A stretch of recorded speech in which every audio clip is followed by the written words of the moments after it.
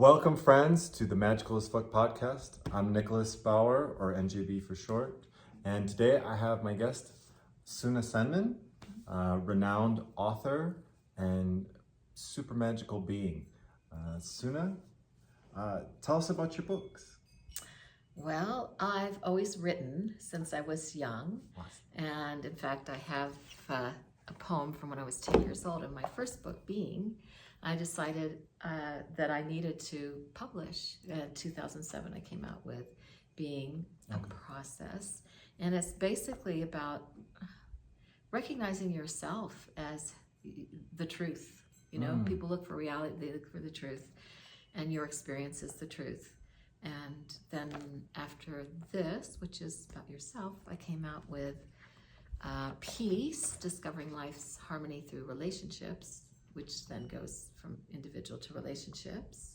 And it in itself is a relationship between me, the author, that asks some questions, has some exercises, have some like food for thought to bring out your own inner wisdom. Oh, nice. And then it's supposed to be a trilogy with Full, but Full I have not written yet. Okay. Yeah. All right. It's still in the works, right? It's still in the works. Okay. Because I think it has to happen when I've reached that level of spiritual maturity. Ah, okay. Yeah. Can understand. Yeah. But I did get, actually, April 2020 as the world shut down. I felt Mother Mary say, just get a blank notebook and start writing. And she gave me 13 days guidance. Ooh. And that's the one I feel just should be everywhere. Everybody should have it. It's a little pocket. And you just do one every day for 13 days and can repeat again. And for me, after repeating it for 2.5 years is when it dawned on me, what she said on day 11, not to get upset with yourself for succumbing to the programming and such. She said it was part of the deal that you should be able to remain in physical form on Earth. But now the contract's broken. And I thought, oh, that's what the shutdown was about. Because we were free to see the truth and to see what is. And that's why there had to be this heavy propaganda to make sure we were afraid and shut down and isolated from one another and such. So it made sense to me. Yeah. And this one I've read, very good. And if they want to get your book, where can they get it?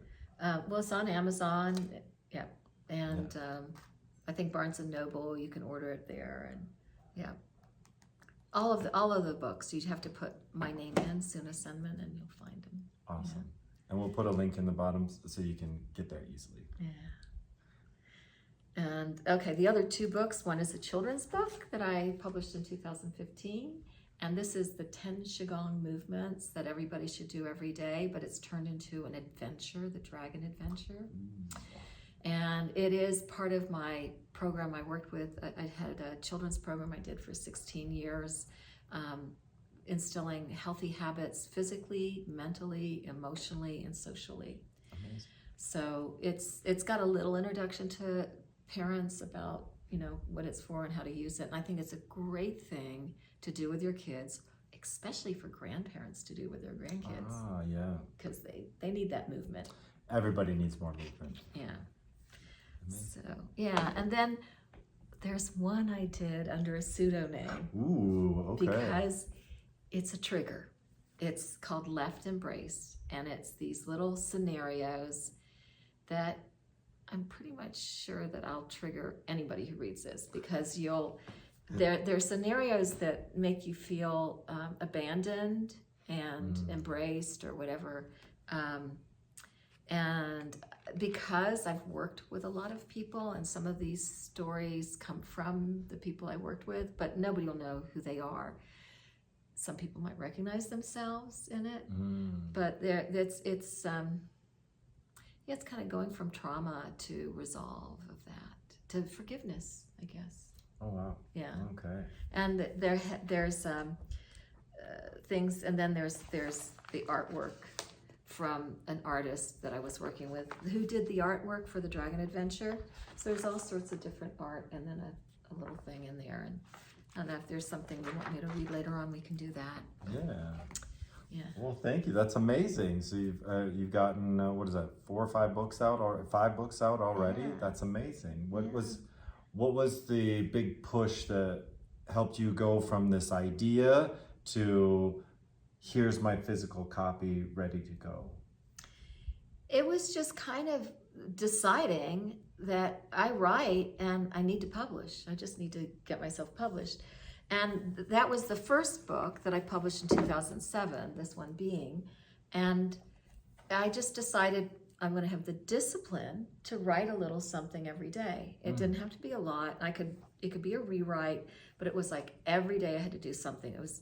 I think that's how my spiritual growth has been, is I have the discipline to do something every day. Or if I set a new moon goal, which is for 28 days, I always have 3 goals of something, of things that I have 100% control over. Doesn't matter what anybody else does. So it could be drink more water, meditate every morning, do some yoga, whatever it is. But I do it, and even if it's like I'm going to bed and I didn't do it, I get up and do it. Nice. Yeah. Okay, so that was the one. You said you had 3 things that you do for the new moon. One was three goals. 3 goals. 3 goals. Okay, so they could be anything that you have 100% control over. That I can control. 3 goals that I can control over for the new moon, right? Right. Awesome. And then 10 wishes. And those you don't have control over. It could be like, oh, this meeting with this person goes well, or my vacation goes well, or somebody shows up, or I get that job, or whatever it is. But you don't have control over those things. Okay, so it's 3 things that we have control over, and then 10 wishes, which we don't have any control over. Right. Wow, that's powerful, because we have a new moon coming up in just 2 days. Yeah. So yeah, if you're looking for a new idea for a new moon, that's a great one here from Suna. 3 things that you can control and 10 things that are just beautiful wishes that you don't have control over. Awesome. And then often on the full moon, I'll look and see where I am and everything. So sometimes I have a goal that I'm gonna finish that project, whatever, or that I'm gonna work on that project, every day. But I just, at full moon, I get to check in and see how well I've done. And oftentimes, even the wishes are taken care of or on the way to being taken care of. Oh, and that leads us into the reason for the podcast of what is your most magical, synchronistic things that happen in your life, like wishes, where it's like, wow, that's magical as fuck right there. I can believe it. And it's hard to believe for some when you explain it to other people. It's interesting because there's not one major thing, but I can say I got some good lessons early in life. The first thing that comes to my mind is when I was a competitive gymnast as a teen, and I was trying out for for cheerleading. I think it was junior high or high school, but it was kind of early on. And so were my other friends in gymnastics. And I worked really hard with it on my little cheerleading routine. They got picked and I didn't. And I just kind of talked to myself, then I thought, okay, I could mope for 3 days and just feel sorry for myself and miserable. And this is definitely a wish, not a goal, because I had no control over it. But I decided, you know what?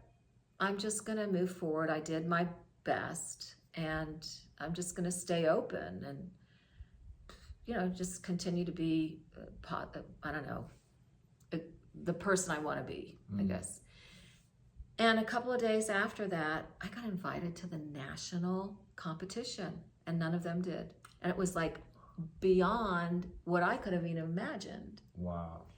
So that was a big lesson in do your best to achieve your goals, but if they don't happen the way you imagine them or you want them to, still just be your best. And the universe oftentimes has a better idea of what's best for you than you have yourself. So that was a great magical, Wow. thing. And then when you went to nationals, did something happen there that kind of put you on a different path, or? Well, nationals was interesting. Well, first of all, we had to travel. So it was like travel, stay in the hotel, and be with it all. And it was at a time when they were still figuring out how to do their meets well, I think. Okay. So I ended up, it was overbooked pretty much, and I was competing at night when I was exhausted. But yeah, it was just a good experience, and yeah, I learned a lot by being a competitive gymnast. Yeah. Even though, I didn't make it to the Olympics or anything, but I learned a lot. And what would be one takeaway from gymnastics that still applies to your life today? It's the discipline thing, to go to practice, to do what you need to do every day, even when you don't feel like it. Especially when you don't feel like it, because it tended to be those days that it was just like, I just want to stay home in bed. I don't want to do this, but I've got practice, where I'd have a breakthrough. And so that's with life, like when you decide you're doing something and it's, practice, a discipline that you want to do, you're moving towards a goal, especially when you don't feel like doing it. If you push through and do it, usually you get more benefit than not. Nice. Yeah. Yeah, that's definitely a thing for yoga. It's like, oh, I don't want to practice that day, and it's like that's when we need to practice the most. Or with meditation, you're like, oh, I'm too busy. They say that you should meditate at least 20 minutes a day, and if you're really busy, then you should meditate an hour. Yes, that makes sense. And that reminds me of, I did work as a psychotherapist with AIDS patients in an outpatient mental health facility in New York City, in a pretty kind of rough area in a sense. But myself and the other psychologists that worked with me put together this meditation. I think Bill Moyer had a program on the mind and body or something. And I would tell my stressed out, really whacked out patients too, that, you should come to this meditation. And they say, I'm too stressed to meditate. It's like, you're not getting the point. It's about reducing stress by sitting still. Mm-hmm. But it's hard to let go of yourself. Of your own thinking, your own belief system. If you can let go of your belief system and be open to learning, it's amazing how you can grow. Do you remember the thing that was that helped you just kind of break away from that old belief system? It's ongoing. I'm still finding old belief systems that I'm breaking away from. What's helping me right now are the Joe Dispenza meditations, which is really going into no time, no space, being nobody, being nowhere, being just that all potentiality. And I actually, as I was doing the meditation this morning, walking the labyrinth, amazing labyrinth here in Alamogordo, which is, I think, going to become a World Heritage Site when it's finished. I had this vision of how you have those, we do this in kindergarten or first grade or something. You do different colors on a paper, then you take a black all over the whole thing. So everything's hidden under the black, but then you can scratch out on the black. That's kind of life in a sense, or divine or whatever, that there's like everything is available, everything. And then you put the blackness over it. And then you get to choose what you're gonna scratch off and manifest. Yeah, you mentioned the labyrinth here in Alamogordo. That's one of the places that Suna resides, and we've been getting up and doing a morning meditation walk at the labyrinth. If you're not familiar with the labyrinth, it's a maze, right? It's different. It's kind of like a maze, but classical labyrinth has a design that was used way back. The women around Jesus, Yeshua, used it. There's one in Chartres, the Cathedral of Chartres in France. A lot of churches have them. Outside of Santa Fe, they have a labyrinth. But this particular one is the world's largest labyrinth, and it's in the shape of a turtle. The woman, Teresa Van Winkle, who is making it happen, said it's not her idea. It comes from a higher place, but she's the one who's making it. And I just was amazed how intricate it is, and how I don't know how to explain it. But it's a walking meditation. And every time you make a turn to the right or to the left, you go from your right brain to your left brain, or your left brain to your right brain. So by the time you get into the middle, you're really centered. And I have to tell a funny story, because there was, when they just had the small one, which is the head, now they have the head, the body, and the tail.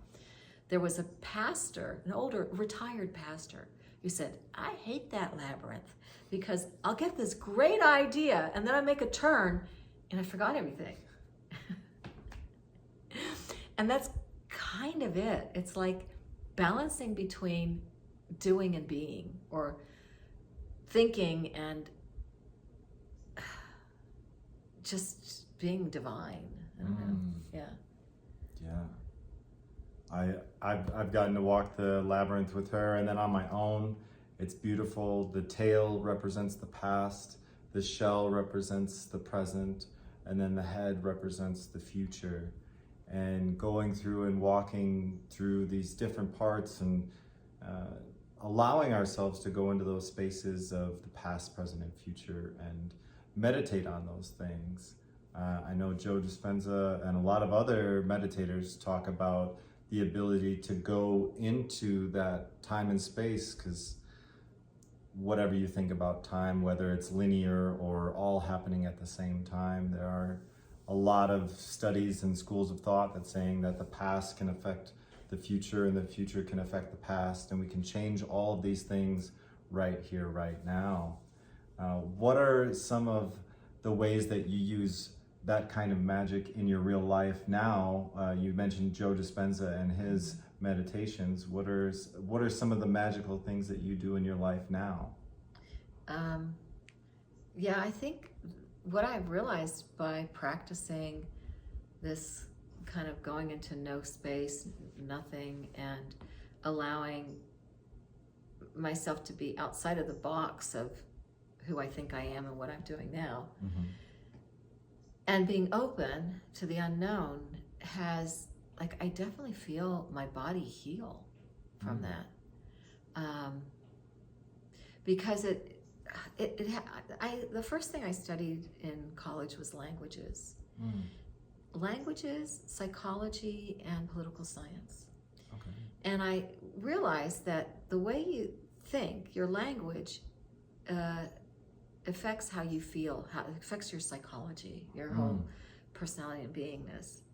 And that's one of the things you talked about, letting go of programming. And what I'm still letting go of programming is the things I say to myself, and it could be like, oh, my hip really hurts. Well, it's kind of like telling my hip to hurt. And when I go into the no space, nothing, just focus on a higher being, a higher elevated feeling, then it's like I'm not feeling pain until I think, oh, that hip, it used to hurt. Oh yeah, it'll hurt if I think about it. So it's kind of magical. And I've heard a lot of testimonies of people who have healed from anxiety disorders and cancers and all sorts of things. And I mean, because I have that background in psychology and language and the way people think, I realized that cancers are really an unforgiveness energy. And I remember one doctor saying he had a patient that he said, look, if you could just forgive your mother, your breast cancer will probably go away. Oh. And she said, I will never forgive my mother. I'd rather die. Oof. And that's exactly the spell she cast on herself. Oof. Oof. But everybody gets to choose. Everybody gets to choose. You mentioned the spells that we cast on ourselves. What are some of the spells that you cast on a daily basis for yourself? Well, I try to cast a spell of this is a beautiful day. This is blessings are coming. In fact, when I do my videos, I always end with open to receive your blessings in this day or this week. And that's basically it, just allowing for them. It's a real misconception to think we have to make things happen. It's a difference between taking a step in a direction that you want to go in and trying to make things happen. Because if you step in, it's kind of like the saying, God helps those who help themselves. You step in the direction and you're usually met with what you bring. So if you bring a hopefulness, you get experience of a hopefulness. But if you bring a doubt and a complaint and a negative idea, you'll get it. You actually get what you look for. Yeah. Perception is a big thing in our world. With the energy that we focus on, we're going to see a good example of let's say you're wanting to buy a new car and you're looking at, I don't know, a Buick Encore. She just sold one. And most of the time we'll notice that all of a sudden driving around, we'll start seeing this car that we're thinking about all the time on the road. They're like, how is there so many of these on the road? And it's, well, we're thinking about it. So our mind is looking for it out in the world a lot more. So it's cool to see that you're like, no, I'm taking the discipline that you've learned in gymnastics and moving it through your life to be like, this is what I want to see more of in my life. Yeah. And this has been my recent focus or whatever, is watching my focus. And if I focus on the things that I'm not happy with, I think, I can just as well focus on the things I'm happy with, the glass half full instead of half empty. And so I've been catching myself more and more when I say things like, this road construction shouldn't be this way. It's like, well, how is that going to make my day better by thinking that way? But if I think, I'm so glad that I've got a vehicle and I can even take another road if I want, and maybe it's going to bring me into a situation, some magical situation. Who knows? But I did want to say something about the thinking about something, and we can manifest by thinking about it a lot. So there was one year when I really wanted Pocahontas boots, the leather boots and the fringe and stuff. I looked everywhere for them. And I was in New York City, everything exists there, right? In New York City. I couldn't find them. I just couldn't find them. Well, the next year, everybody had Pocahontas boots. They were just everywhere. You were ahead of the curve. Yeah.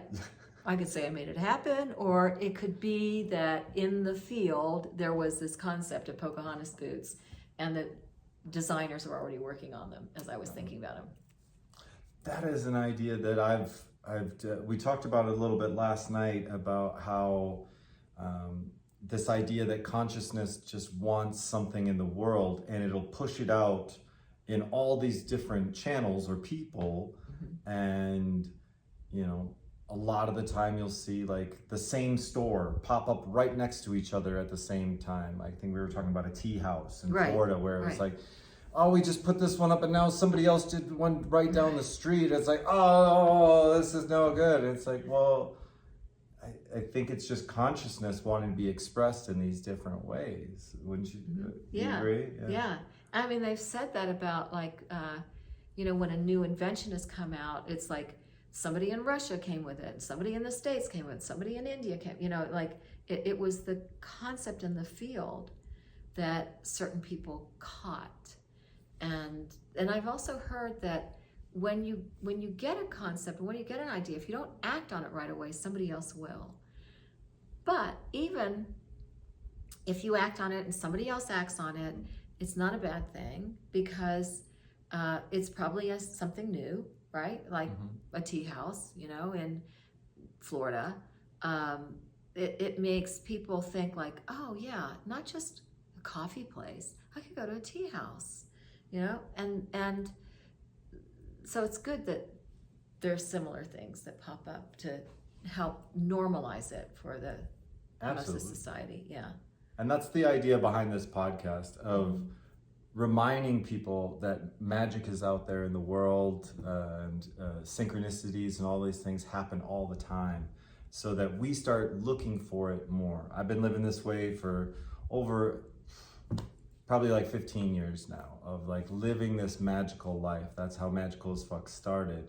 And it's part of what got me to meet Suna in Mexico. It was a very magical meeting at this festival where I wasn't doing very good at the festival, and I was like, I don't understand why I'm here. And then I met her and her partner Eugene, and it was like, oh my God, you guys are amazing. They're like, come to New Mexico. I came, and we've just, our friendship has grown exponentially from that. And the value that I've gotten way exceeds the money that I lost at that festival. So it's really fun to see how magic comes in, and it may not look like this beautiful magical thing in the moment.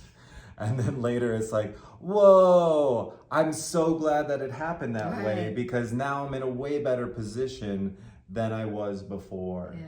So that's why we're here, to share these magical stories with you. If you guys want to be a part of the Magical as Fuck podcast, let me know. Love to interview you and share your magic that you're sharing with the world. I'm so grateful for Suna and her magic that she brings to the world. Do you have your own website or anything like that to find? I do. It's my name. Okay. It's Senman.com. And I offer, I don't do updates on my website so much, but I do offer quantum hypnosis, hypnotherapy, counseling, but the way I do it is not codependent. It's 4 sessions. We come on a goal that is accomplished in 4 sessions, and then I'm available for you in between those sessions too. And just we want to get those sessions done within a couple of months, but 4 sessions. And then what else? I do some writing. I'll do writing projects for people, and I think, probably I can do other stuff, but that's what's on my website, my books.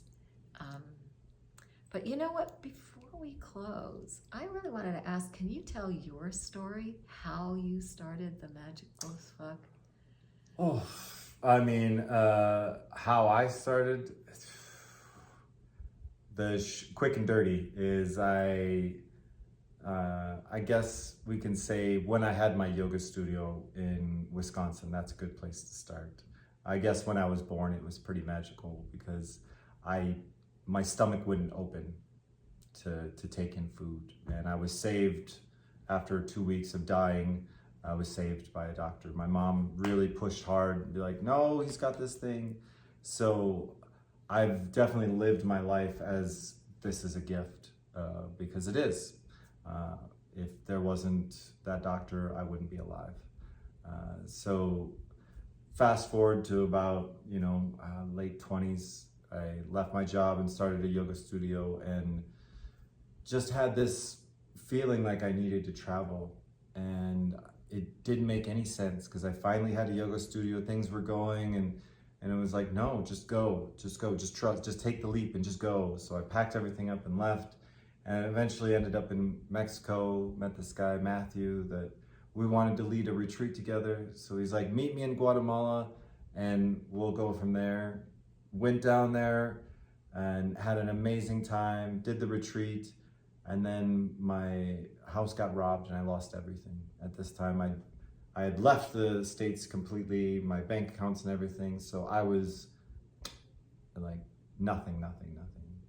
And I stood there when I saw my house and I said, what am I supposed to do now? Just like that, not angry or anything else like that, just like curious, like, what am I supposed to do now? And that day I got offered to lead 2 different cacao ceremonies, and then 2 days later I was asked to bring cacao to Iceland to serve cacao there to raise money for this permaculture festival. And from there, I went on this wild ride for another 1.5 years of just trusting in the universe to take care of me, and people and money and everything just came magically to facilitate my life. And I got out of this idea that I have to work hard, I have to grind and hustle to make all these things happen so that I can do what my heart wants in this world. And it's been about almost 10 years since that happened, and I've been living in this place of trusting in magic and trusting in my heart to guide me. And right now I'm feeling this pull to go to Thailand without any real plans. And it's like the other side of the world, like what am I doing over there? Like how am I gonna make money and all this stuff? And it's like, it's always gonna work out for me because that's what I believe and that's what I tell myself every day. So thank you so much for asking me about that. Well, and also just to add there, you have a lot of talent. You have a Yes. musical talent, and the yoga, the qigong, the ecstatic dance, the contact improv, and the clothes. clothing. Yeah. Suna's totally decked out in Magical as Fuck right now. Yeah. You can check out magicalaf.store for some of the designs that are available right now. Got some robes with me right now that will be gone very shortly here. So hit me up if you're looking for that. And yeah, I just want to thank you so much, Suna, for being here with me today and sharing your magic with the world. Excited for our next episode of Magical as Fuck podcast. Yeah, we need to wear the robes. Yeah, for sure. On the next one. Next one. Okay. Thank you so much. Thank you. 33 minutes, I think. Yeah, that was perfect. Take care. And go forward, open, allowing for your blessings. Yeah. Bye. Stay magical.